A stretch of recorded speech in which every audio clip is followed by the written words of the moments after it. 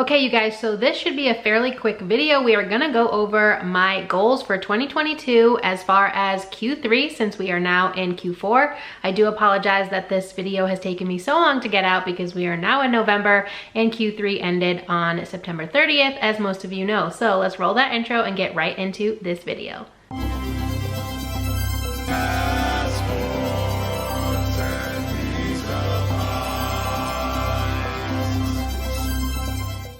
Hey guys, I'm Kay and you've arrived at my weird little corner of the internet. Welcome. If you're new here, I am a part-time reseller mostly on eBay and Poshmark. I do also have a Depop account. I haven't made a sale there in a while, and I still currently have an antique booth at a local antique mall that I sell at. More content and information on that coming soon, but this is a Q3 goals update progress video for 2022. Again, like I said in the intro, I do apologize that it's so late. Hopefully this won't take too much time unless we are interrupted by the kitten. She's very needy. So anyways, for 2022, I had, I think, 12 goals in 3 categories. They were business, personal, and financial. We'll talk about the business goals first. I had 4 goals under each category, and let's get started. Okay, so the first goal under the business category is to profit $25,000 from reselling. In 2021, I profited about $22,000. Again, like I say at the beginning of every video, I do have a full-time job currently, so this is just part-time. This is our fun money. So for travel, we like to travel the world. That's mostly what we use this for. We do use it for home renovations, that sort of thing. And we also used it for the down payment on this house that I purchased in 2020. So I wanted to be a little bit conservative. I originally was going to up it to $30,000. Seeing the numbers, I'm kind of glad that I didn't do that because I definitely would be way behind. So to profit $25,000 reselling in 1 year, that's what, $6,250 per quarter. So right now, as of 9:30, that's where all these numbers are from. 9:30, I'm at $19,618.59. That's about $5,500 up from the last quarter. So I just need to push myself a little more in these last couple months, since we are already into November, to hit that goal. So we'll see if that actually happens. But so far we are trending decently well, I would say. The second goal under business is to earn $500 on YouTube. I'm a very small creator, and I didn't really have much to go off of when I made this goal because I didn't get monetized until mid-November of last year, so 2021. And then for December, I did Vlogmas, but I did an extended Vlogmas, so I did a video a day for all 31 days in the month of December. So my numbers were a little bit skewed. So I decided on 500 as a number, nice even number. And as of Q3, I've only made $360.28. I haven't been super consistent with posting videos because I've just been consumed with, you know, being a mom, having a full-time job, having a part-time small business, having a new kitten. So it's been a little bit touchy, but we'll see how close we can get or if we can surpass that number by the end of the year. The next goal under business is to hit 2,000 subscribers on YouTube. I've been on YouTube for about 4 years, so I am a very slow grower. I'm not great at, you know, using the right tags, promoting myself, getting myself out there. I also struggle with doing thumbnails and titles, so that's all stuff that I'm trying to work on to, you know, hit more subscribers, hit more views, that kind of thing. But I ended Q3 with 1,520, so not even 100 from Q2 to Q3. So like I said, slow growth. And the last goal under the business category is to make a $300+ sale. My previous high sale was $250 in 2021. It was a Build-A-Bear plush. And that went to Canada, and coincidentally enough, On 9/3, I sold a Canada Goose jacket, though it went to Massachusetts, not Canada, and that sold for $400. I do realize that I undercut myself a lot here, but I really wanted to get rid of this jacket because my house is very small and most of my storage is in my shed out in the yard. But this I stored in my laundry room and it was taking up so much space because it was a very large, bulky parka, as you know, Canada Goose. They're all kind of like that. So I sent a 50% off aggressive offer and it sold for $400, but I'm happy that I can cross that off my list. The next category is personal. Again, 4 under this one. The first of which is to read all 7 Harry Potter books. My feelings for the author aside, I do love the series. It got me through a really rough part of my life when I was a teenager, so I have a soft spot for it. And I'm still in the same spot that I was for the previous 2 quarters, because I finished the first 4 books before February 1st, and I haven't picked it up again. My intention was to start Order of the Phoenix on Harry Potter's birthday, which would have been July 31st. That did not happen. I have since started it, but I'm not too far in. I'm only a couple chapters in, and I still have Half-Blood Prince and Deathly Hallows to read before the end of the year. Hopefully I can do it. I just have to kind of schedule or block out some time for me to just sit down and read and not have any distractions, which is hard with all of the things that take up my time. So I'm still hopeful. The second one is probably not going to happen because this has kind of changed since I made this list, which was to purchase a tiny home on wheels. I know nothing about camping, RVing, any of that stuff. I also don't have a trailer hitch on my car, and it'd be really hard for me to get one. So I'd have to kind of get a drivable camper, so a driving home on wheels, not a trailer.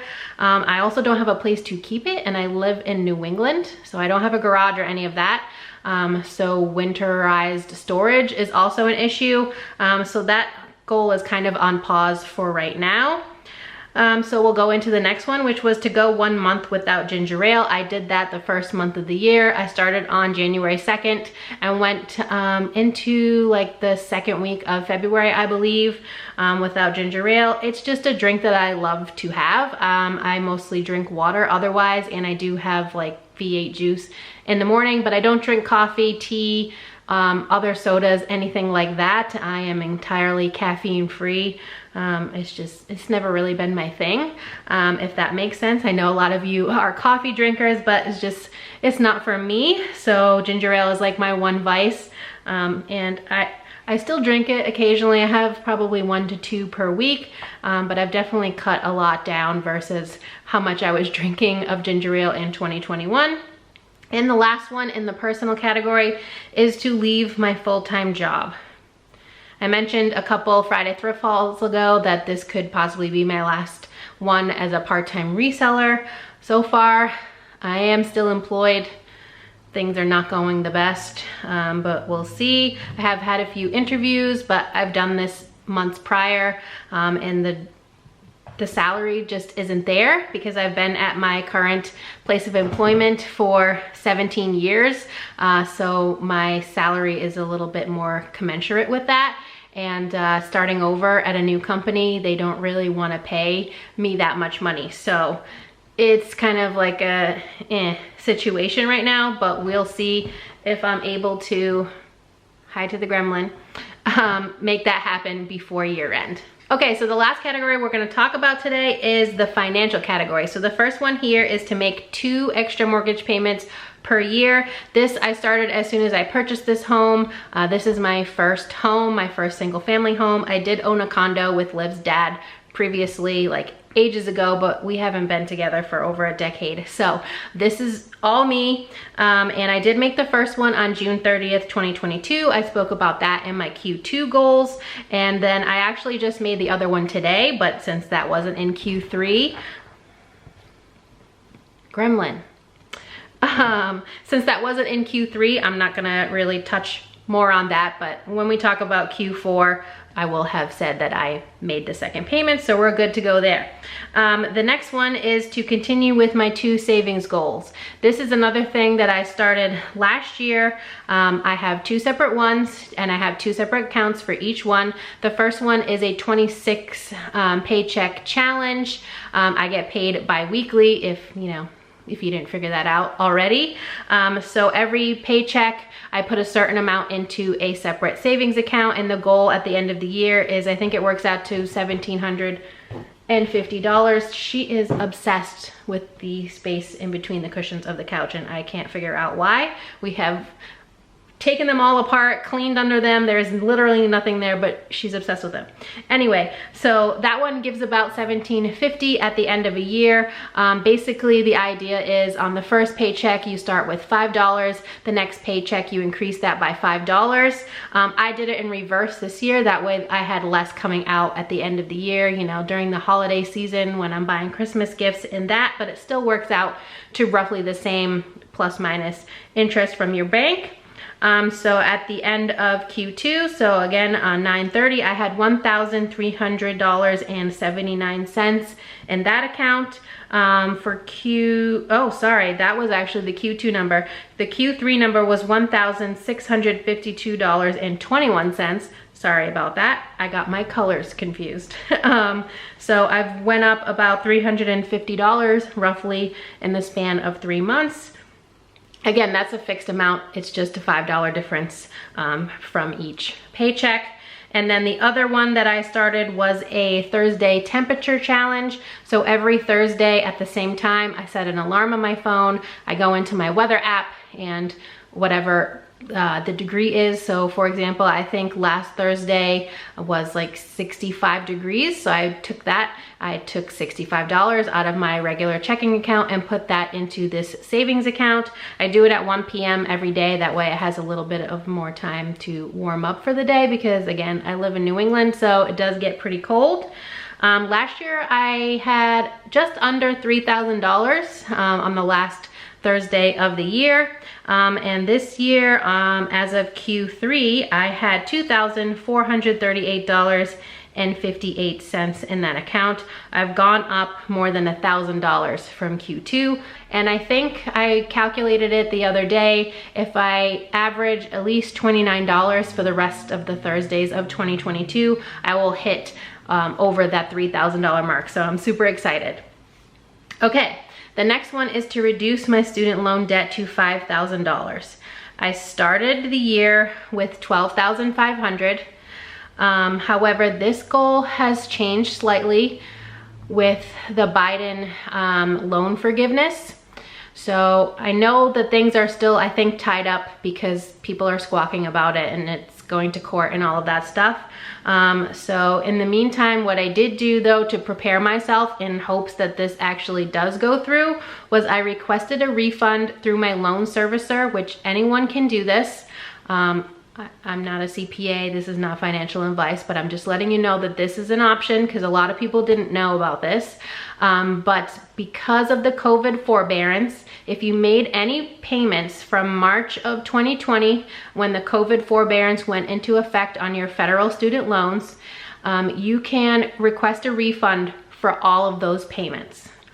All of them. So if you paid off your loan, say you had $10,000 and you paid off that $10,000 within the COVID forbearance period, so since March of 2020, you can request all of that back as a refund and then still apply for the loan forgiveness of the $10,000 and get all of that taken out. So you'll get your money back and then that $10,000 will be forgiven, crossing fingers if that all goes through. So I requested a refund for that. So I was able to get my balance down to $9,500 from $12,500 at the beginning of the year. So I paid off another $3,000. But since I requested that refund, it was about $9,000 in change that I got back into my bank account, which yay for that. I'm super excited because I actually qualify for the $20,000 in loan forgiveness because I have received a Pell Grant in the past. So I'm counting on that to go through because now my balance has gone up by that $9,000 and change. And I think I'm like $18,500, somewhere around there, under $19,000. But so yeah, I'm really excited and hopeful that that all goes swimmingly and then I can just get rid of that whole debt and then I would be debt free 100% besides my mortgage, which I don't count. I don't have any credit card debt. I don't have any car debt. I paid off my car at the end of 2021. I wrote like a $10,000 check and got that taken care of. So yeah, this is the last debt that I really have besides where I'm living right now. So we'll see what happens, but that's the story for right now. Okay, and the last goal we're gonna talk about today is to invest 10% of my reselling income. Again, not financial advice. This is just something that I wanna do. I wanna see, you know, kind of how it goes with investing. I've never invested before. So that's why I started out with the low amount of 10%. And plus, you know, this is still my fun money as of right now. So it's not too much of a risk for me to invest 10% of extra money. So as of 9:30, that investment account has $1,889.51 in it. My Q3 reselling profit is $19,618, so it's gone down about $1,000. But you know, the economy is kind of in the tubes right now, so it's to be expected. Hopefully at some point I will see more of a return, but right now it's a little touch and go. So again, we'll see how that turns out. But yeah, that's everything for this video. That's how my goals are going so far in 2022 with just a couple more months left in the year. So yeah, let me know how things are going for you. If you guys have certain goals that you like to meet, do they change every year? I try to make them SMART goals, which means that they are specific, measurable. I think the A is attainable, realistic, and time-bound. That's just something I learned a few years ago at work when we were going through this optional training that I decided to take. But if you like this video at any point, please give it a big thumbs up. It really helps me out here on YouTube to know what type of content you enjoy seeing from me. I realize it's maybe not this, and that's totally okay. And if you're not already subscribed and you like reseller content, what sold, thrift hauls, a little bit of travel and lifestyle stuff mixed in there, because this is my real life that I share on this channel, please consider subscribing. I'd love to have you here in this weird little family on the internet, and I hope to see you next time. Bye guys.